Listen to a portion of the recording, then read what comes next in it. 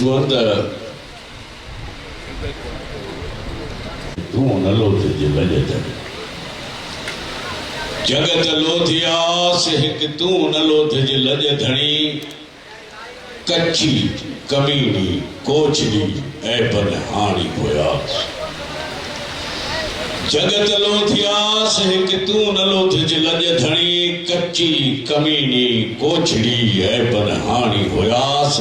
पले तो प्यास बख्श बदियूं बदकार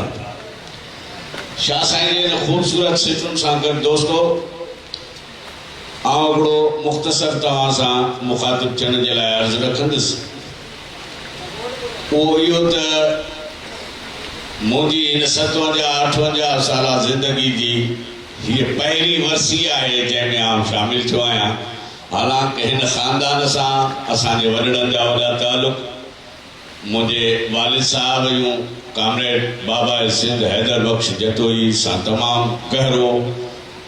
अमली तौर ते हुननि सां साथ रहियो तमाम सारी जिंदगी कामरेड बाबा जन 1970 21 मई अॼोके ॾींहं ते जेको आहे सो ही जहान छॾियो ऐं मुंहिंजे वालिद साहब उन खां 3 साल बाद 4 साल बाद 1974 23 मई सुभाणे न परीहं मुंहिंजे वालिद साहब हिन धरती जो वध में वध पीड़ियल तबको जेको आहे फ्रॉम वेरी बिगिनिंग यानी बिल्कुल तमाम शुरू का वठी वो अवां जो आहे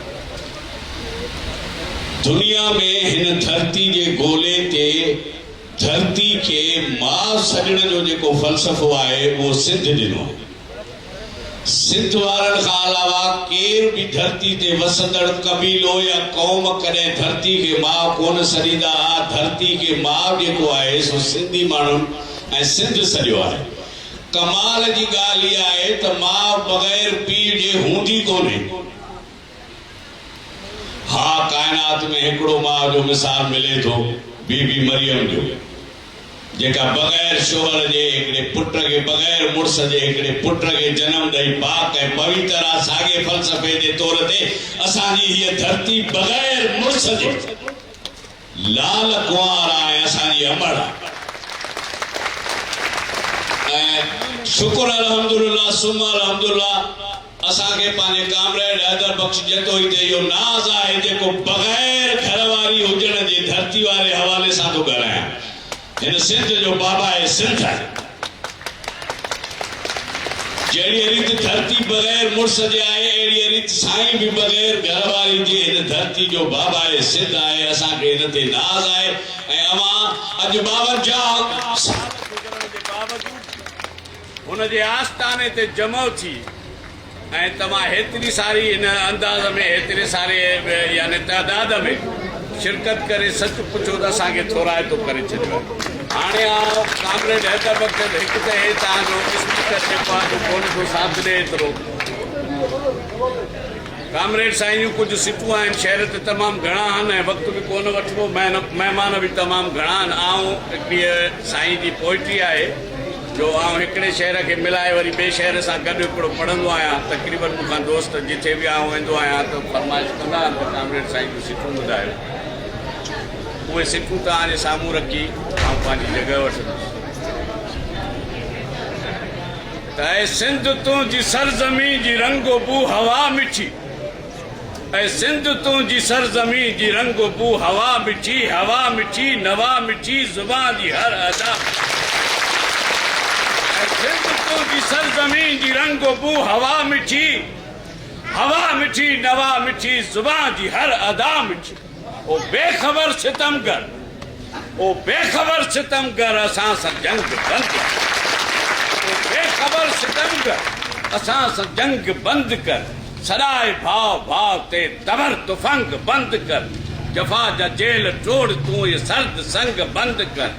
छड़े रे जिंद सिंध जी ये ढोंग ढंग बंद कर करे तो सिंध सारो कभी नवा कम का सिंध तो मथा सदा सलाम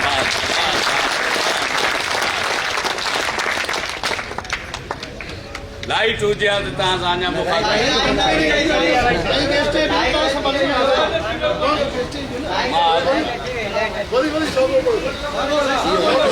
सिक्को ॿुधाए जो असांखे वरी 5 मिनट रिपोर्ट साईं साईं पंहिंजो जूनियर हैदर साहब जिन था इसरार कनि त साईं इहो वरी ॿुधायो पर हाणे लाउड ते ज़ाहिर आहे ॿुधण जो ऐं पाण जो मज़ो ई पंहिंजो आहे ऐं सिंध तुंहिंजी सरज़मीन जी रंगो बू हवा ऐं सिंध तुंहिंजी सरज़मीन जी रंगो बू हवा मिठी नवा मिठी ज़ुबान जी हर अदा मिठी ओ बेख़बर सितम ओ बेख़बर सितम कर असां सां जंग बंद कर ओ बेख़बर सितम कर असां सां जंग बंद कर सराय भाव दे तवर तफंग बंद कर जफा जेल जोड़ तूं ई सर्द संग बंद कर छड़े जिंद सिंध जी ये ढोंग ढंग बंद कर करे तो सिंध सां वो कमीनो आ कमज़ात आ ऐं सिंध तो मथा सदा सलाम आ सलात आ सलाम आ सलाम हाणे आऊं पंहिंजे कामरेड अहमद नवाज़ खे